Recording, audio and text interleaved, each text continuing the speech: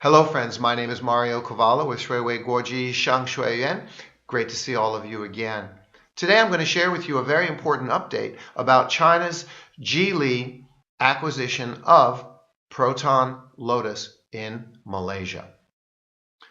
Last month in Shanghai, I had conducted a 2-day cross-culture training workshop for a large group of our MBA students from our MBA's university programs all over the world. And during this 2-day cross-cultural workshop, we discussed this exact case study, the case study of Geely acquiring Proton and Lotus in Malaysia, and then Geely's preparation for cross-cultural training for the Geely team who is going to be going into the Malaysian market to work in Malaysia, obviously a culture with a lot of differences compared to mainland China. We discussed what that experience would potentially be like, what were some of the challenges that were going to be facing them, and here's our update today on that story and that case study. Make no mistake, friends, the Geely Lotus Proton story is an iconic turnaround story. It's Geely going to be able to bring great success to a company, Proton Lotus, that was ailing, having a lot of problems in the Malaysia economy. And why was that the case? Well, look, the reality is that the Japanese car makers were dominant in that market, and of course including their brands in all of Southeast Asia. So we have a great story here. Just came out in the Nikkei Asia Times, an update, the X70. What's the X70? SUV. Brand new Proton X70 SUV. Count on it. That is an iconic symbol for Geely and for Proton to overcome weakness and bring success to the automotive market in Malaysia. This is a lot riding on this acquisition.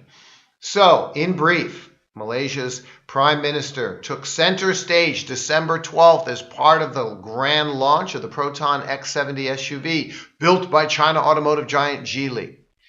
The thing is, this was Prime Minister Mahathir, and he was up on stage offering encouraging words. I mean, there was the Prime Minister of Malaysia right there up on stage offering these encouraging words, needs and wants to see Proton be successful after Geely's acquisition. Well, the Proton and Lotus acquisitions took place under Mahathir's predecessor, and when Mahathir took office back in May, he had nixed several other major China infrastructure projects in Malaysia. So, now China and Malaysia are placing hopes on this new sport utility vehicle turnaround, and that it's going to turn around the fortunes of ailing car maker Proton Holdings. But with the bilateral ties between China and Malaysia got chilled a bit because all those other infrastructure projects got canceled. So it's going to be very interesting to see what happens in the next year. Again, it was a market dominated by Japanese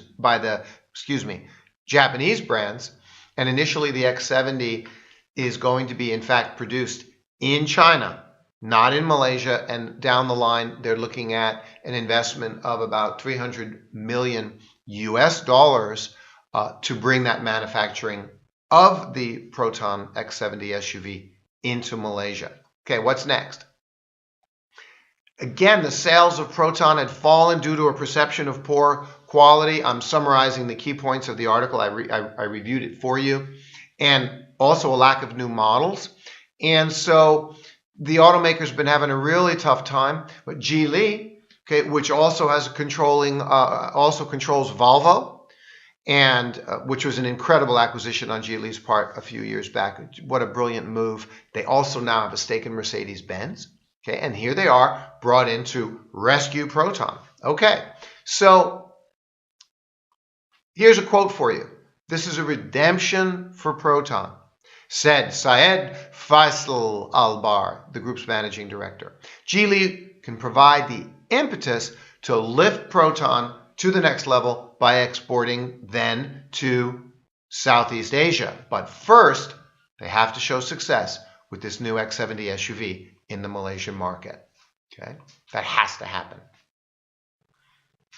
This success must show that Proton has changed. Proton showrooms across the country have been upgraded.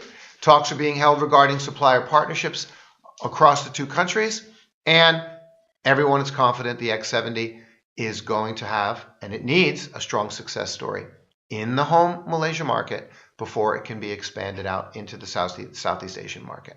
Okay, that's the story. Let's see what happens. As I read this, I have a takeaway for you. The takeaway is this, okay?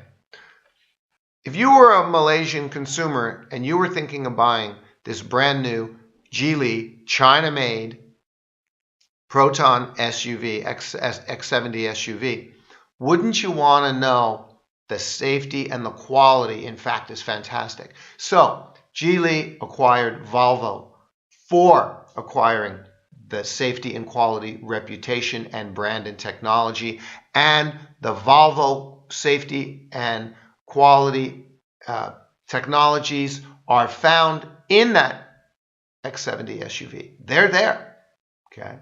Just like they're in the Boyer SUV back in China, in mainland China. That's what they need to focus on. Mention it, talk about it. Geely acquired Volvo. That Volvo safety and quality technology is here with us. It's in this Proton car. It's in this new X70 SUV. That's what consumers want to hear. That's going to give them confidence. What an amazing story, what Geely has done globally. And this Malaysia story, you know, Malaysia's a smaller economy, so you could say it's a small story. It's an iconic story. It is going to be a very, very important story in 2019. And so with my thanks to Nikkei Asia Times for that excellent December 19th article, thanks very much for joining us today. My name is MarioCavolo for 水微国际商学院。